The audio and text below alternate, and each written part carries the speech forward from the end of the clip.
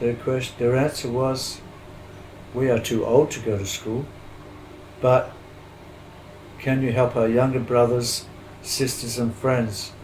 And those kids who said to me, we are now too old to go to school, the oldest one was 13 and the youngest one was 8, but they'd consider themselves already too old to start school.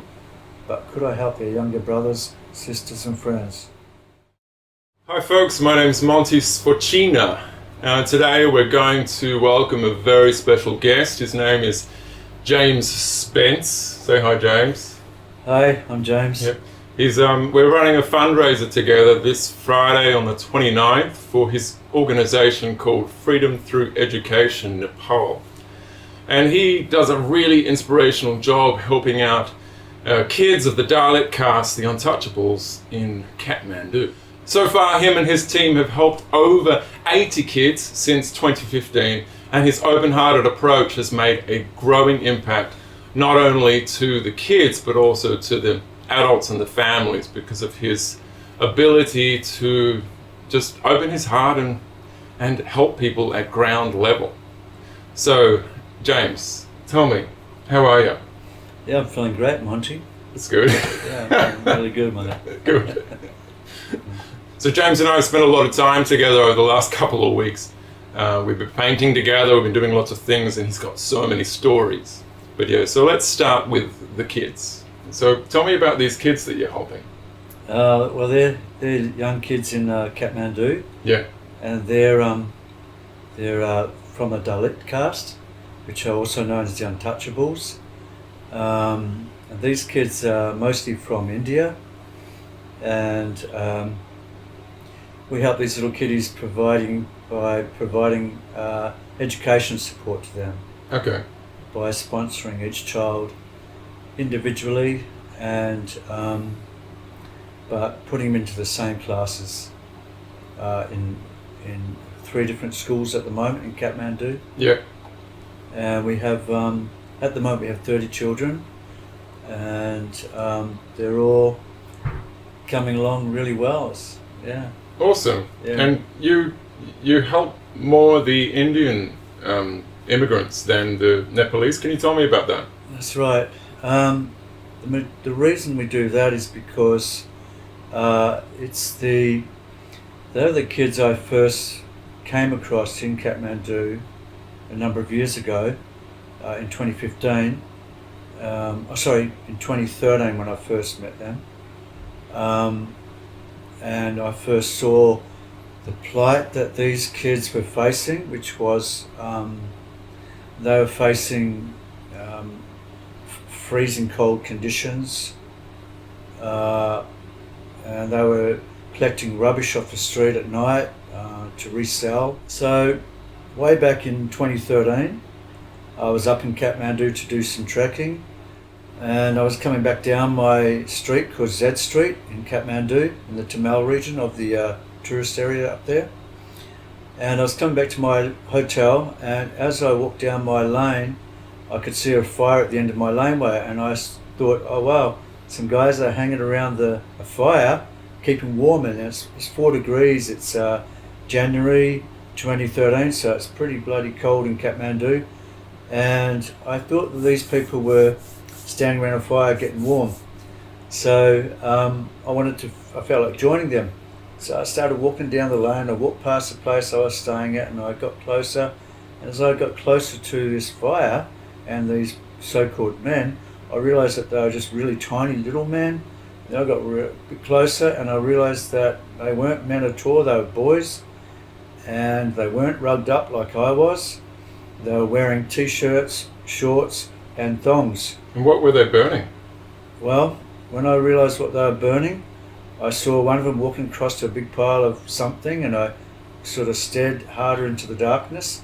It was only the flicker of the flames that kept the area lit up. And I could see that they were pulling out plastic bags from another big pile of plastic bags. And they went across and put the plastic bags, one of the kids was taking one at a time, at a turn, and putting the bags onto a fire.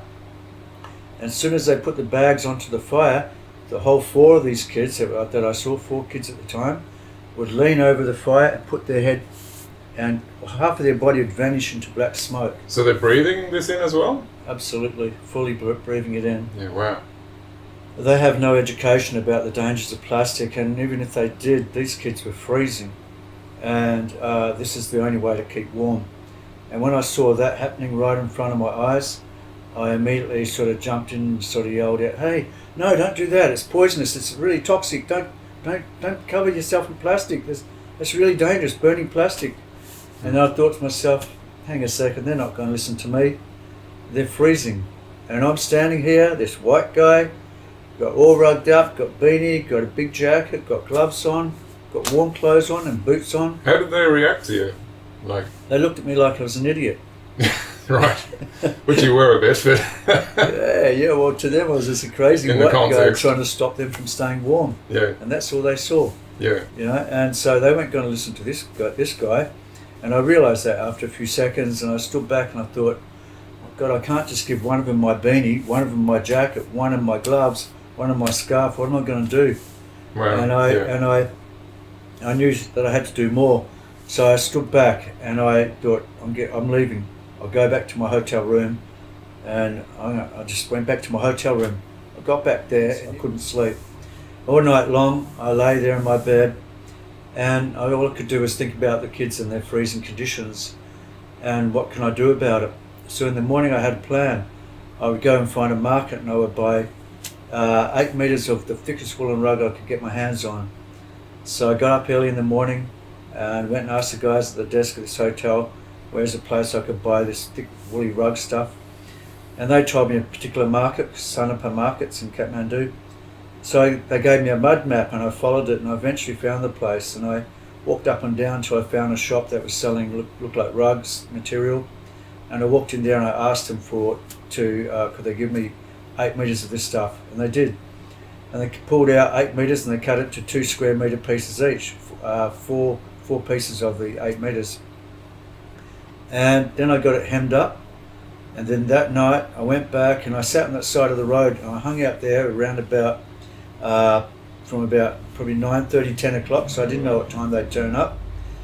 And I just waited, and then after a few hours, a bit later, I saw a rickshaw coming down the road and a big bag on the back of it, down Z Street where I was. What's a rickshaw?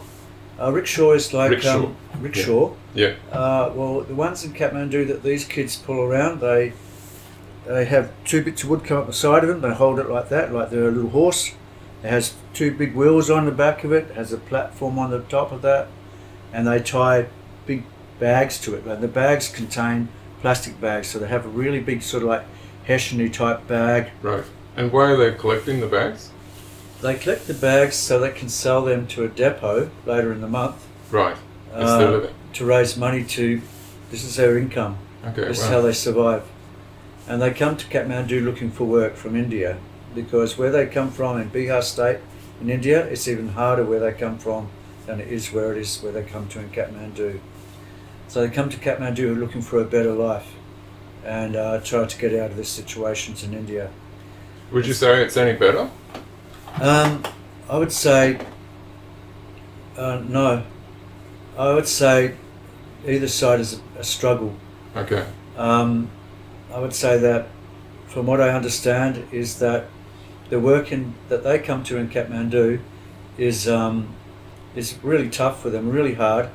They get really hassled out by a lot of different people there. They also are able at that stage to walk through Tamil and collect plastic. They collect plastic bottles, plastic bags, anything made out of plastic. If they see any cardboard, which is very rare, they'll grab that as well. So cardboard is worth more than plastic? It's a very rare thing to get. Is it? Okay. Yeah, they very rarely get that. So how would they get cardboard if they got cardboard? They would just find it on the street, I imagine. I've hardly ever seen them with cardboard. Right. I've really only ever seen them with plastic, but I know if there is cardboard, they would grab it. Yeah, wow, okay. And it's a rare thing. It's mostly plastics. Plastic is everywhere, and so they're basically doing a really good thing for the community. They're collecting the plastic instead of just letting it trash out the joint. But sure. Still, in Kathmandu and lots of these places, you'll see lots of plastic anyway. but they have a system, and their system is they don't get much money for all their work, and they have to work late at night when not many people are on the street, when the plastic's laying everywhere. Yeah. And they collect the one plastic they make the most money from are the 1 litre plastic bottles. Okay. Those bottles are they get money per kilo. Right. So example one, the boys have told me in the past when I've sat down with them and talked with them about what they get paid for, how much plastic they take to make a kilo, and what type of plastics, and how many hours it takes to collect this plastic and this sort of thing. I've asked them all these statistics, and they're happy to tell me because they're actually happy that someone takes notice of what their story is. Yeah. And for example, like 100 little soft plastic bags are clean, like if no mud stuck to them and stuff, Yeah. weigh about 100 of these can weigh about a kilo. To collect 100 of these little plastic bags can take quite a few hours, and for that they'll get 11 cents. So 11 cents. So how much will they make in a month? At that stage when I first met them in 2013, Yeah. they were making probably about $25-30 a month. Okay. And that would take that could take 9-10 hours a day. And what kind of expenses do they have besides food? I mean, do they pay rent? They all pay rent. Okay. They have to pay rent, even in the slums and in the conditions they live in. They're not living in one-story slum zones. They're living in sort of, Kathmandu's built up. Yeah. And even in their areas where they live in the poorest of those homes, and usually at the bottom floor, usually the damp, sometimes underground, a lot of times underground in some places. Yeah. But it's usually damp. Often they have no light, often no windows, maybe just a door going in for some of the homes.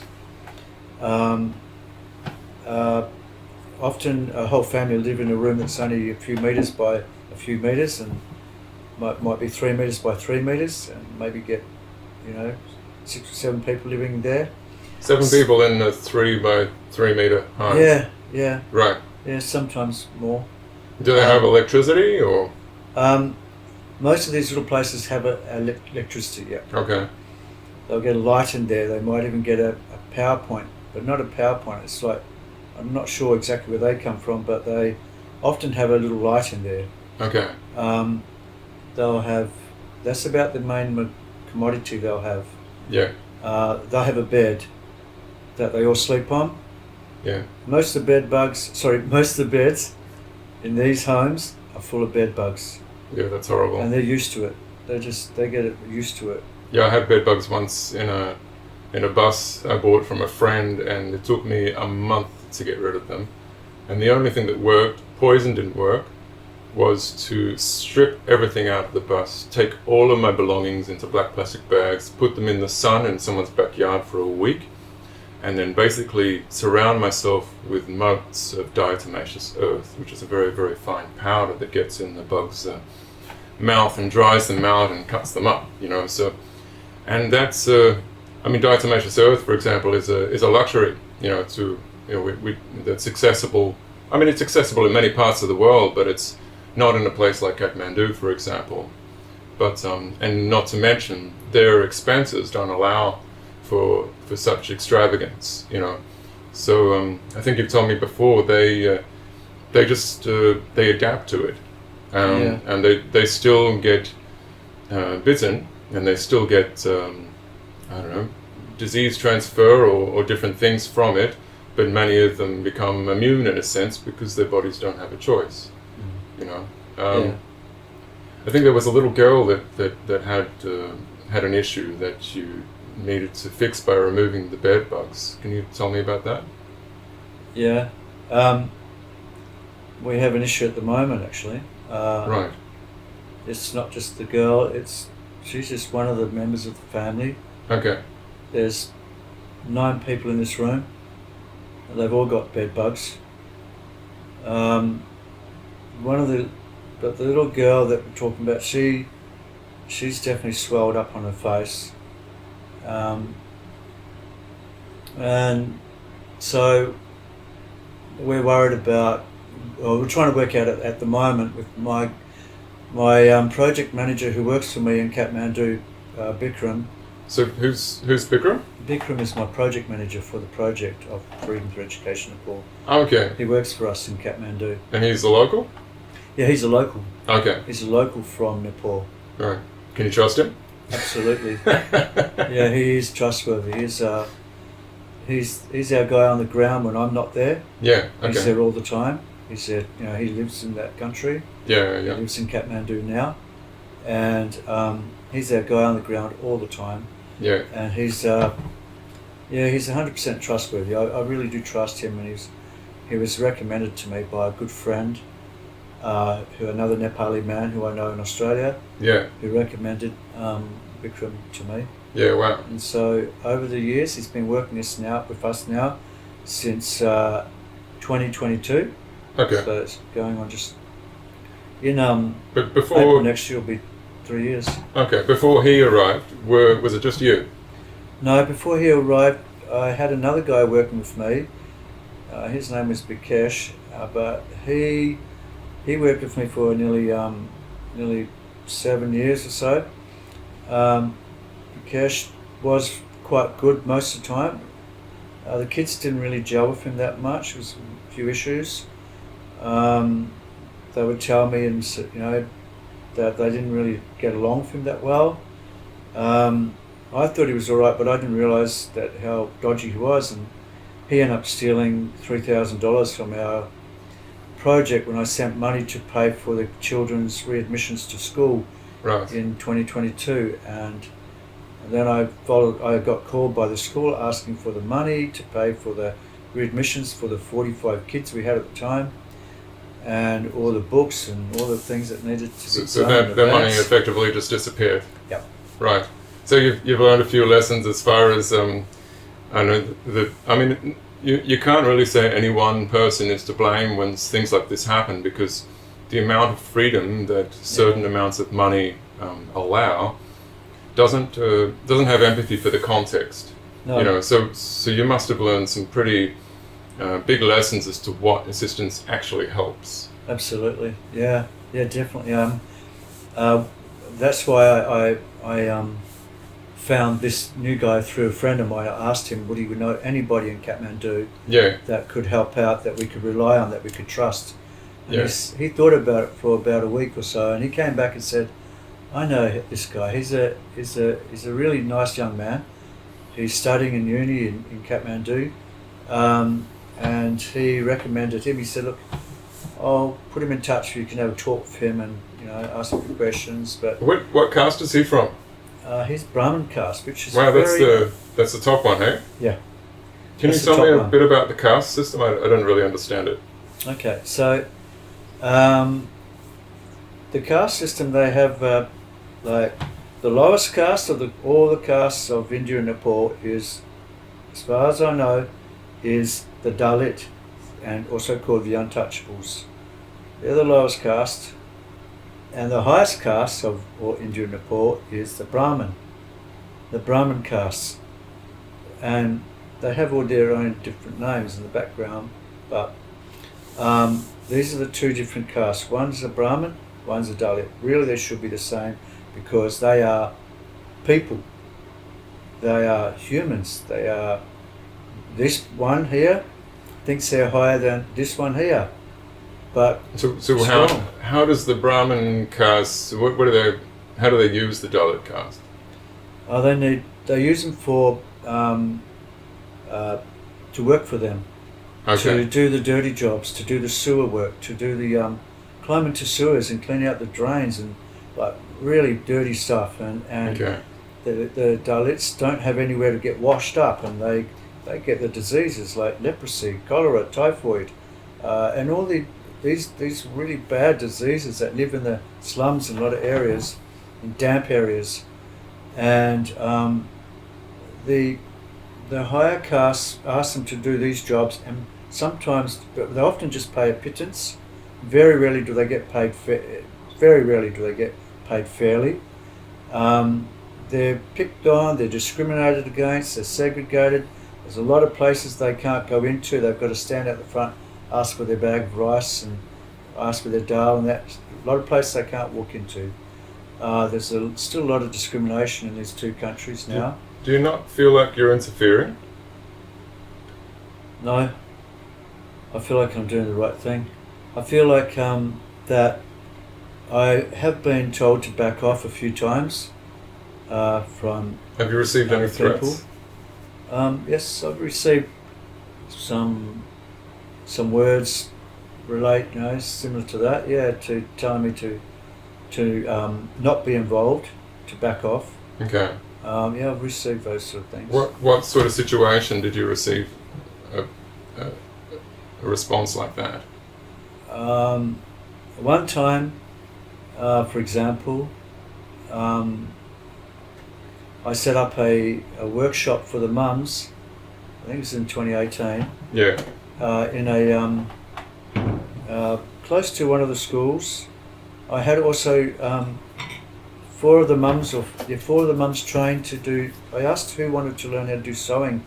I wanted to actually try and provide some training skills for the parents. The husbands worked in the rubbish tips and all the collecting the plastic rubbish off the street at night, and basically all the husbands did that. It's about the only job there that they could actually were able to get. The mothers were called housewives, but they stay at home and do other menial jobs around the house to keep their households running. They also, none of them can read or write or do maths like written, and most of the mums are really young because they get married at very early ages, and so they. How young are you talking about? Well, possibly 10 for sometimes, but mostly 11, 12 and 13 years olds. Wow. Okay. They get married that early, yeah. Yeah. And so when they're a young mum, they're often pregnant around about 15 or 16 and up. And by the time they're in their early 20s, they maybe have one or two children. Okay. And even three sometimes. And so the father's really struggling to run things, and the fathers often drink when they feel helpless. So the fathers drink very cheap whiskies, and they become. So there's a lot of violence in the home as well? Yeah, there can be. Okay. Definitely. Any particular instances where you've stepped in and protected children? Yeah, a number of times.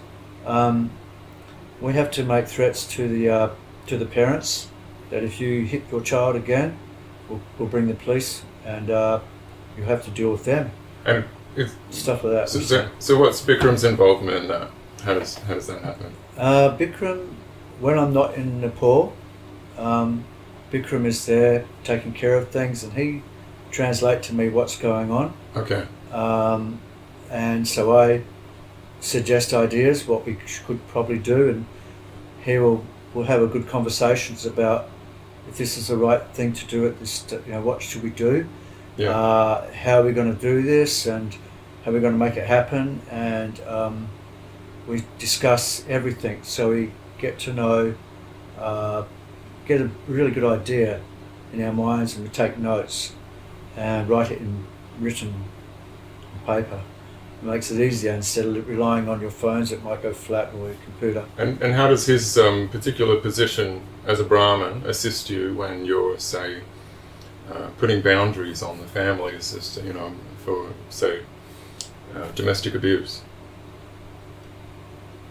I don't think his Brahmin part bothers him. That doesn't come into it really. But I mean, does it help with the influence that you have on the police and to? Maybe. Yeah. Maybe. Okay. Maybe. I'm not certain about that, but it may do. Yeah. And also, Bikram has a very good way of communicating, and I think he's studying economics, and he's about to master his degree at the moment. Okay. He has learnt how to articulate himself really well, and can get his point across to these people, and I think that's helped a lot. My last guy who worked with me, we did have some issues we had to deal with with police. He felt a bit awkward going in because he was from a much lower caste. He was a caste that was not a Brahmin, but he was a middle caste, but not Dalit, and he was higher than that one. So he was able to communicate with them, but he got less good positive response. Okay. I think having Bikram in his position and his caste has helped. Yeah, and it's helped you to relate with the police in a different way as well? And it's helped me understand the Brahmin caste a lot better. Okay. Are there many others from Brahmin that sympathise with? Yes. I've actually been surprised how many people of that caste are now backing me up in Nepal and in Australia who I've met. And so that's a really brilliant thing to see that they are listening. Yeah. They are watching what's going on. And I know that a number of years ago it was meant to be the caste castes are meant to be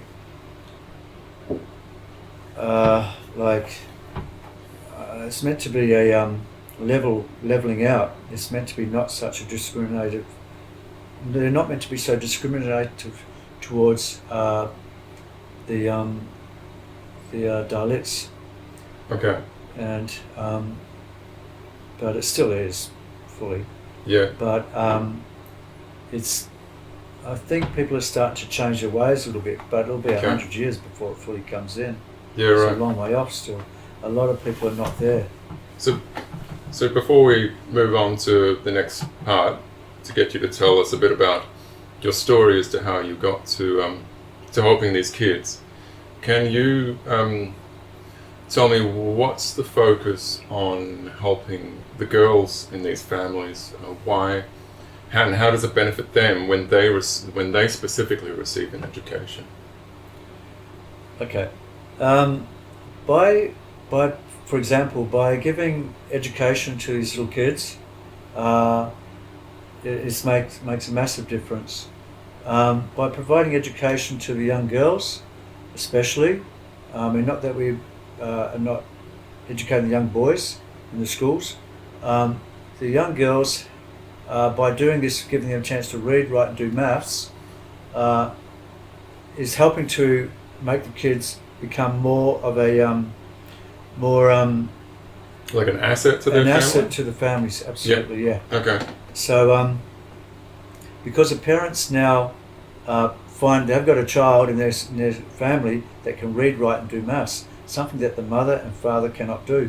They can't read anything. They can't read a newspaper.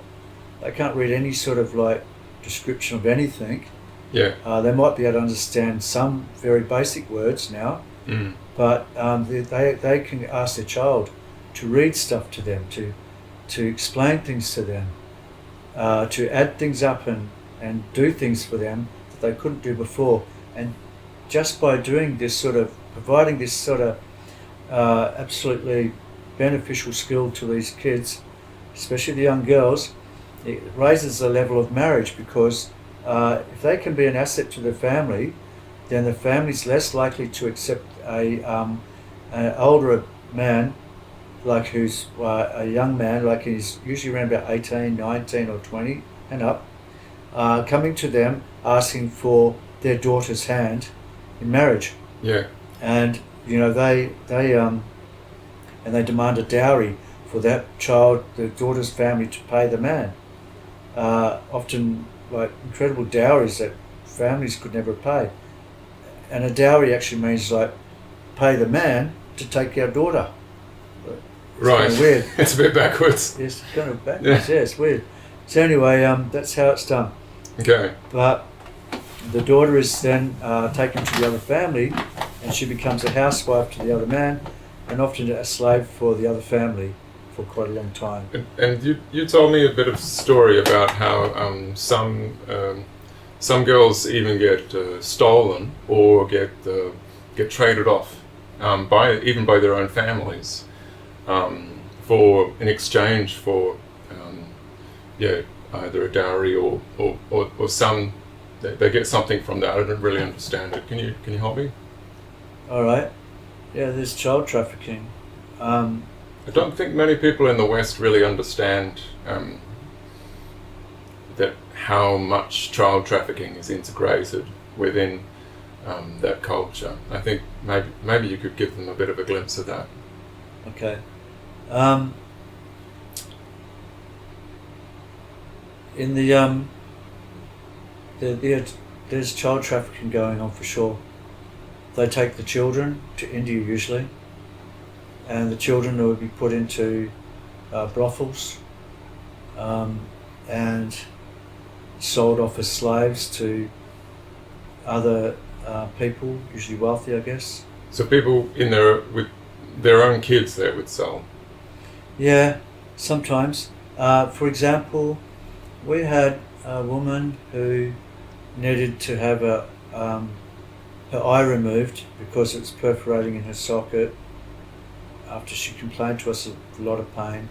This is back in 2017, and we took her to Fred Hollow's hospital in Kathmandu, in Sinamanga. It's a suburb of Kathmandu. We took her there, and they looked at her eye and said, her eye's going to break down in her socket, it's perforating, it needs to be removed immediately, like right pretty soon, like today, tomorrow, ASAP. So we didn't have, I said, well, how much does that cost? What will this take to do this? Well, what's the consequences? Tell me more. So I asked lots of questions, and the doctor explained, it probably costs about $600 to do it. And she'd need to come into the hospital and be under anaesthetic and go in the operating room, and then they'll remove the eye, and then they'd have to put something in the socket, I think, or hit it, heal a bit, then put something in it. But the whole process would require her to come back to hospital quite a lot. And so it meant that, and then to provide a prosthetic eye, and the whole ongoing process could take up to 8 months. So I thought, how are we going to afford this? We don't have enough money in our account. A very, very poorly funded project. We just didn't have that sort of cash. I think we had about $300 in the account. So I contacted a guy who I'd been helping us in Perth, that I met him in Perth in 2016, and he became our man on the ground in Perth to help us out. I rang him up, Julian, and I said, Julian, look, we've got this situation. Can you somehow help us raise the dollars to fast, we need it fast, to save this girl's life? And he put the money up. But if he hadn't have put the money up, if we'd waited too long, the chances are her eye would break down completely in the socket. And if that did that, then, because she lives in a dirty slum part of town, in the slum, and there's a lot of maggots or flies there. They would land in her eye, and they'd probably, her eye would get full of. Oh, that's horrible. Yeah, little things. Okay. It's probably larvae, and it ate her eye out. Anyway, that's what we had to stop this from happening. We had to convince her to get her eye removed. She didn't want to do that. I went to her place the next day. I walked down there from where I lived to visit them, to ask her, and I met my friend Bikesh at the time. We had to try and convince her to ask her how she felt about doing it, and would she be ready to come in. When we got there, they said she'd already left for India that night after she'd been told that the eye had to be removed. She went to India to find out if her mother would allow her to get her eye removed. She wanted to ask permission. So she'd taken a bus that night to Bihar State. So Mitsapur is the area they came from in Bihar State, to see her mum. Well, she was away for over a week, and we were just so worried about her that she would die from this eventually she came back and she said, no, I can't have my eye removed. My mother won't let me. We said, well, you're going to suffer seriously, terribly from that. We have to try and convince her. So we decided we would talk to some of her friends about it. So the next morning, we got her to come with us in a taxi with 4 of her girlfriends. And me and Bikesh took the motorbike. We followed them in the taxi to the hospital.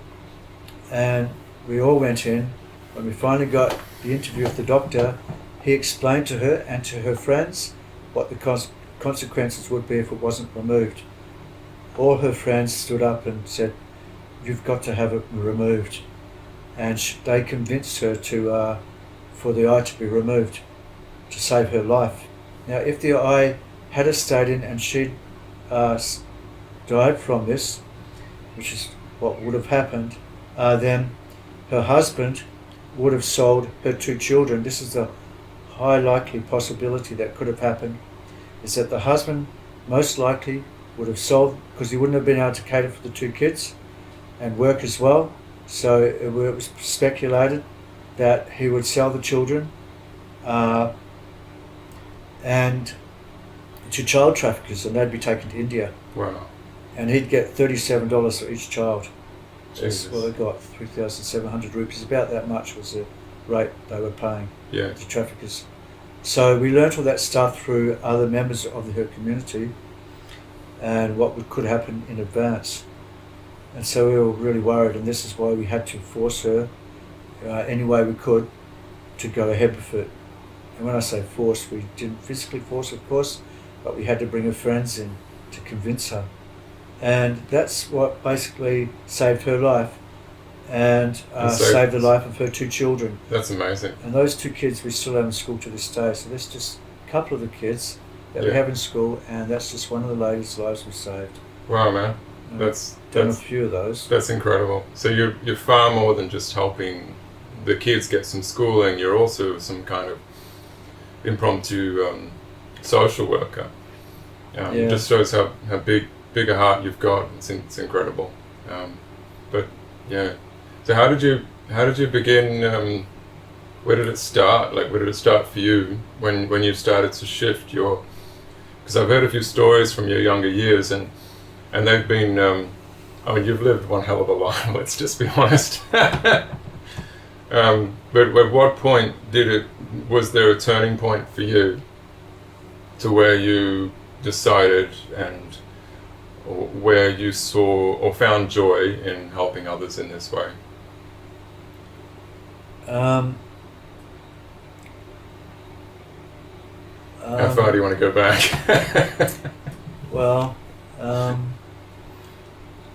think, really, I really like the idea of, it's not that I really like the idea, it's more like I felt it's necessary to give children a chance to become themselves and not be pressured into corners by people who are adults without giving them a chance to become themselves. And I disagree with people who want to hurt children in any way and abuse them in any way. And so we become I feel like we're protecting the children by providing them a chance to learn. We don't teach them personally, but in some ways we kind of have, because when we ask the children, every year when I return, I make a little concert for the kids. I ask musicians that I can find within the first few days of being back. I'm out scouting to try and find a couple of musicians to... How many concerts have you run so far? How many fundraisers? About 13, I think. Wow. Yeah. And they've all got a few $1,000? Yeah, like... In cents. And you also sell artworks as well on the concerts? Yeah. That's right, like this beautiful Sakyamuni Buddha, known as the first Buddha of the Buddhas. Yeah, right. And he's also the Buddha of Nepal and the Himalayas and Buddha of the world. Yeah, as nice. a Sakyamuni Buddha. So you bring some of these artworks back with you to help fundraise. Absolutely, yeah. This is this is one way, because I don't have a lot of skills to really share, and I feel that one way to share with everybody is to share art, at least. I mean, these are beautiful, peaceful pieces of art you can hang on any wall, and it brings harmony to homes and I have a confession. families. I have a confession to make. I actually looked up some of these artworks using ChatGPT Yeah, to find out the authenticity value. yeah, And it's true, there's a lot that are sold for just for, I suppose, they're sold in shops for tourism, you know, yeah. which doesn't make them any more or less authentic. Yeah, It's just that they're not ordained for monastic use. yeah, However, then there's another branch of artworks that are for monastic use. yeah, And then there's another branch that are often as good as monastic, but the people have been trained by the monasteries, because the monasteries offer schooling. yeah, And so I did look up about this one and the green tar that's going to be available, and both of them are in that category. yeah. So they're very high quality, Yeah. which is like, I've never seen anything like it, to be honest. I've never seen one of these gunkas. Is that what it is? Gunka. Tanka. Yeah. I don't know the lingo. T-H-A-N-K. Tanka, yeah. I've never seen one up close, you know, and then you just look at the detail, it's incredible. But Yeah. and so this is all part of the culture in the Nepalese culture, which is so closely ingrained with Tibetan culture as well. Yeah. You know, like, But 85% of the population of Nepal is Hindu, okay, on average, yeah, and the other percentage is Buddhist. right, And wow, a very smidgen of a few other religions, but yeah, its majority is Hindu and Buddhism, yeah, and there's a big Tibetan community there, as well as of the Nepali Buddhists. okay, Yeah, and Yeah, right. and when I first went to Nepal, I actually thought they were all Buddhists, but I found out I was wrong. okay, And, yeah, right. I suppose that's why they respect the caste system so much, is that the Hindus, hey? Like, Yeah, that's a thing. yeah, I'm sure it's the system over the years has benefited them in different ways, but I mean, ways of moving into a more globally sustainable culture with equal rights for women and men, and you know, and equal opportunities in many different ways. It's becoming more and more irrelevant, and yet the residue of it is left behind. yeah, And that's what you're dealing with. That's what you're facing, and there's no readily government systems there to help these people. That's not. that's right. It's actually not a priority. It's not anything, and especially the Indian immigrant Dalit caste, who are seen as lower than the Nepalese, as you've mentioned to me before, Yeah, much lower. which is very interesting. So if you let's switch gears a bit. Okay. Because we've gone pretty serious for a while. Right. And I know you've got such a huge story. It's incredible. Like, and from where you began with climbing the Himalayas, I'm just going to briefly skim over this so that we can we might even do another podcast soon, because there's just honestly, like, this guy's got books of information in his head. So where it started with you climbing the Himalayas, and you broke your Achilles tendon, Yeah, and from that journey you ended up with some Tibetan monks yeah, who assisted you in healing, and your ankle was as large as a watermelon. yeah, Okay. yeah, yeah, And it was from that process that you ended up in Nepal and Kathmandu, and then helping out the people and the kids there, Yeah. and then helping them out when the earthquake hit in 2015. yeah, And then the transition into finding schooling and finding ways that will actually help the kids, yeah, which was a huge step. Like, you did that all on your own steam with your own money to start with, yeah, and not until later did you find, Yeah. assistance. So to me, that's just incredible, man. Like, yeah. Hopefully, we'll hear more about that story in the future, but we've got to pull things down for time. But I would like you to share with us. You shared with me a story, just for some lighthearted light-hearted revelry. You when you were 15, you were living in Kalgoorlie. That's right. And you heard through the grapevine that you could get mushrooms in Wollongong. Yeah. And you decided one day just to head out and go to Wollongong, and thinking it would just be a week's trip there and back. Yeah. I found it quite entertaining. So, yeah. Do you want to tell me a little bit about that? Yeah. Why not? Yeah. I was 15. Me and a friend were walking down Hannah Street in Kalgoorlie and came across a couple of other guys, and they asked us where we could get some smoko, and we suggested we might be able to know a place, and so they offered to, and once we knew we were cool, I said. So obviously you're a bit of a hippie, you know. Yeah, we were all hippies then. Yeah. It was in the 70s. You know, we could not be a hippie. And, hippie means something so much different now. Yeah. I mean, it's much more performative. I mean, but I suppose we have hipster, and I'm not sure an authentic label that really fits the same category now. So, yeah. Yeah, that's right. It's different. Yeah. Then we were real hippies, and so these boys asked me. I asked these guys, "Where are you from?" And they said Wollongong, and I said, "Oh wow." We got talking on the street, and I asked them about magic mushrooms, and they said, "Oh yeah, they grow in Wollongong." I said, "Really, in Wollongong?" I was very impressed. I said, "Wow, would they be? When are they ready? When can we get some?" And they said, "They'd be ready now." And I was very surprised. I thought, "Wow, they're ready now In Wollongong. in Wollongong." And wow, I'm interested. So I got talking to them, and we hung out with them for a few days, and they hung out fast, and we got to know them well enough, and I asked them more questions about Wollongong and the mushrooms, and they said to me, "Yeah, look, this is where." I asked, "Where would I go to get them?" They drew me up a mud map of once I got to Wollongong where I'd go to get them, up in the hills outside of town. And I thought, wow, just around the I've corner. got the map. Yeah. But when I was a kid in school, I'd left school at the age of 13, and my teachers hadn't really taught me.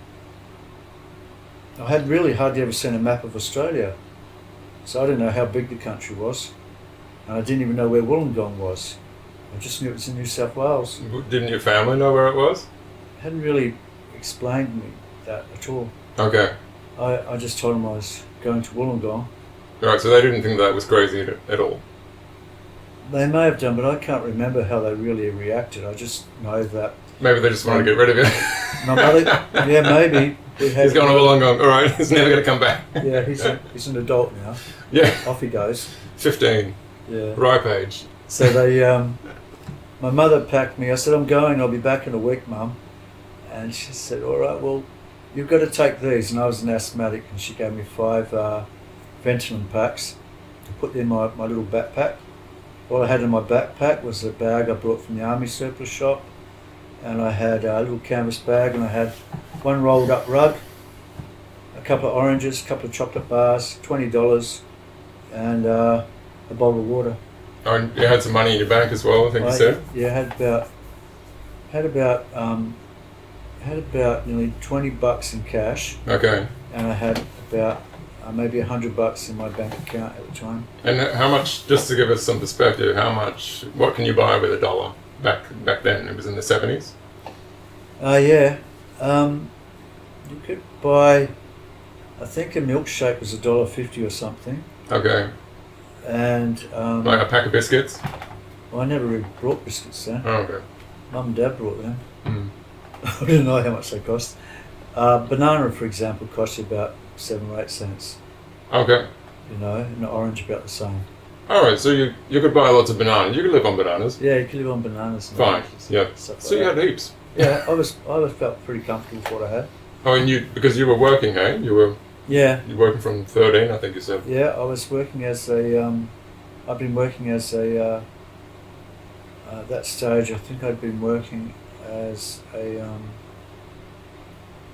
I was 13, I was now 15, so yeah, I was working as a postie at the time. Oh, and a butcher as well?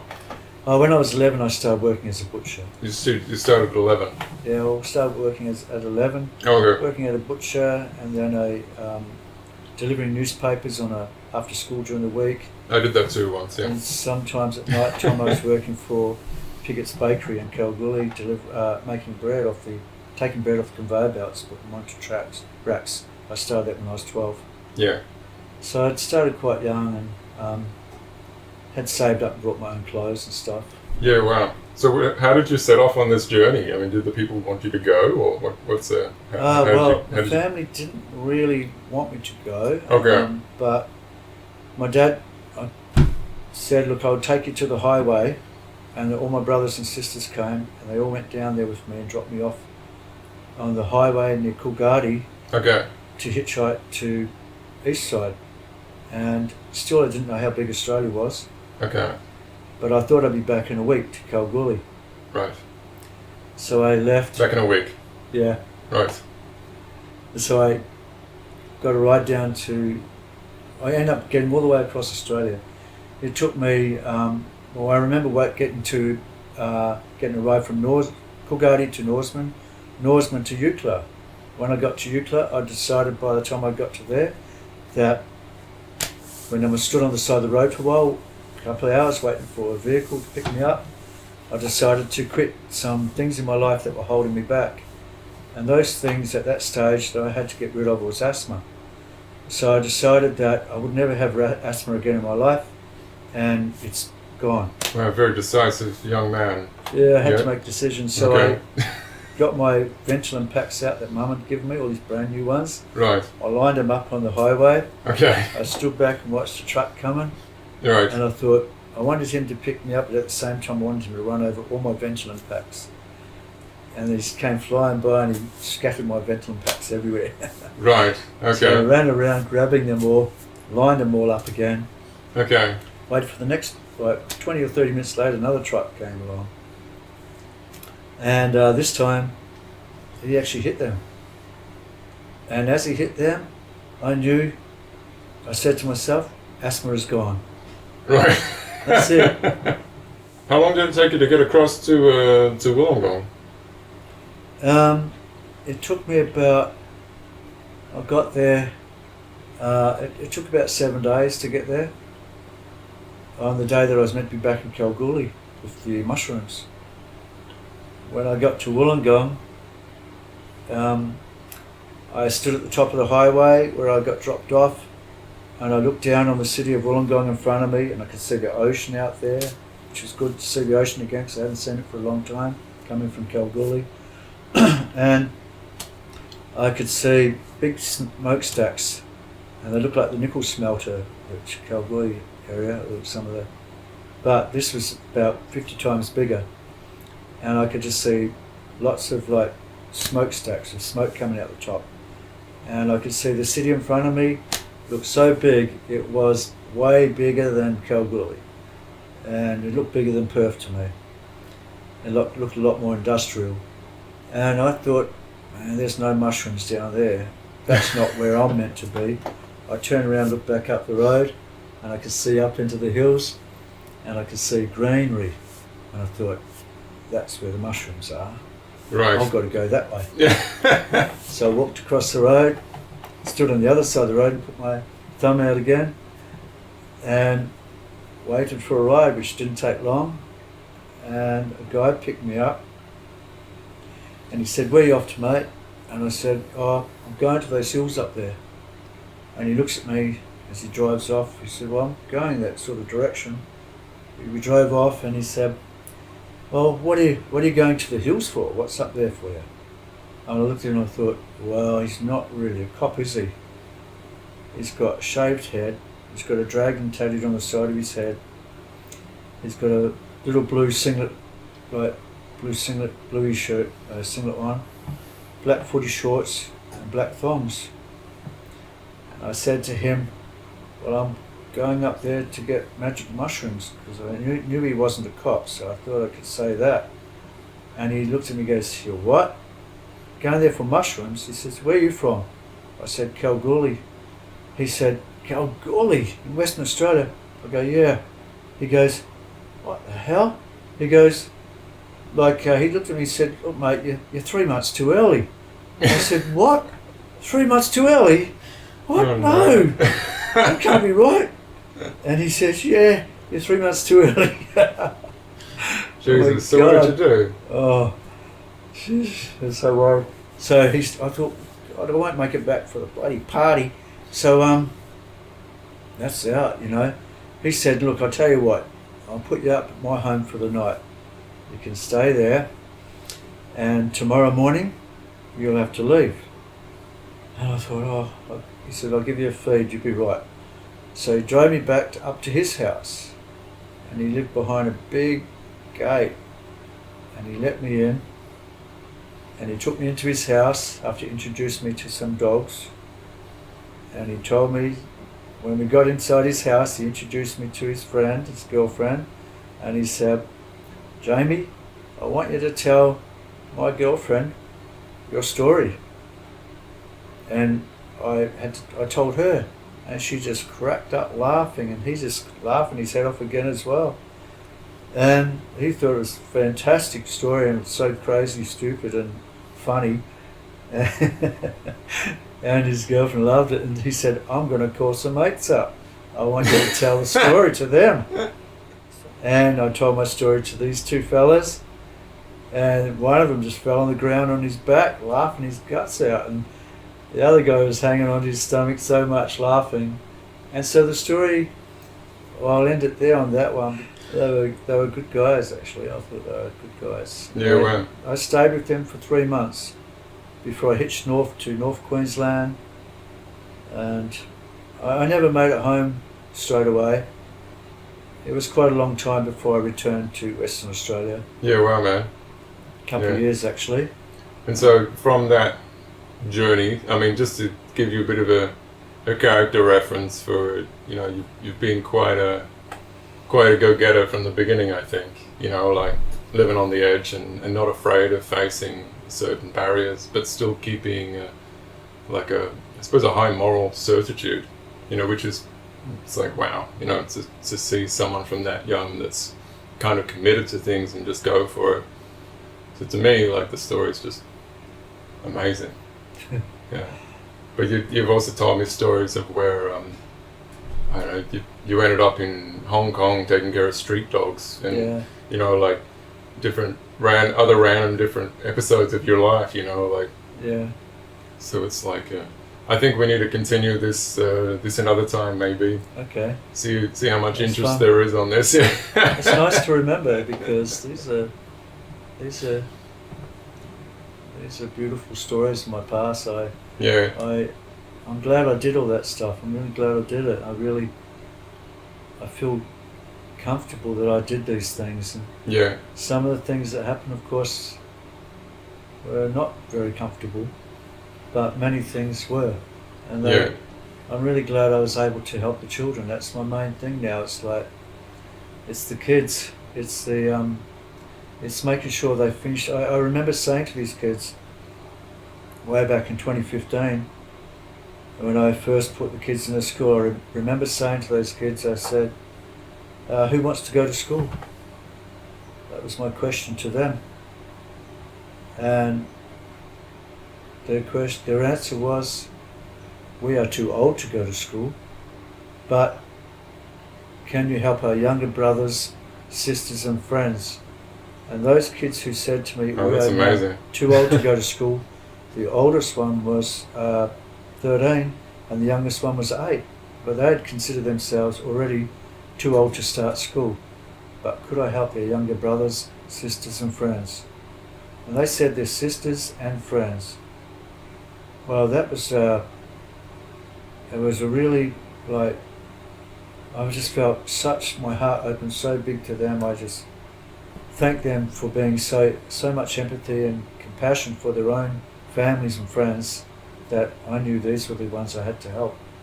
Yeah, wow. These were them. These were what I was on this planet for, really. Yeah, all these wow. other things came into place. It sort of it all clicked, it all worked out. It was why I was here, why I felt I'm here. That's awesome, man. Thanks so much for sharing some of your story. I think we're going to wrap it up because we're taking quite a lot of time, but I hope people take the time to listen to the story and let us know if you'd like to hear more. I mean, while James is here in Margs, we can do some more recording. But yeah, just to plug this gig we've got coming up. So on this Friday the 29th at Sam's Chapel, or The Chapel in Witchcliffe, just around the corner from the Witch and Windmill. From 6:30 we have a sound healing session with Julian Silburn. And then from 7:30 we have a concert. And that'll go through till 10:30 with an art sale. We've got Miranda Aitken, we've got Dave Kent, we've got Tom Flood. We've got myself giving a story in world music. I'll be playing with Lindsay Baker, the Windmill. He's quite a good saxophonist and a harmonic player.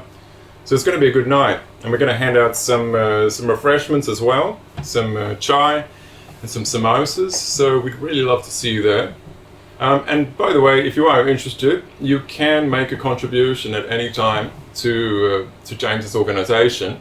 It's a small independent organization, and as you can see, he's the picture. To me, he's just so raw and authentic. I've lived on the street for years myself, and I understand.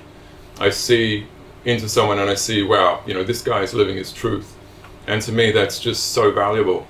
So if you'd like to donate immediately in any way, you can go to the website freedomthrougheducationnepal.com, and they're in line with Rotary in Vic Park. Rotary in Victoria Park in Perth, yeah. So you can make a tax-deductible donation through the website there.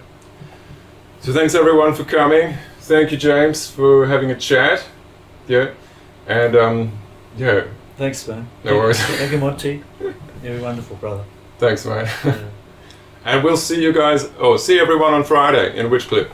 Thanks a lot. See you later.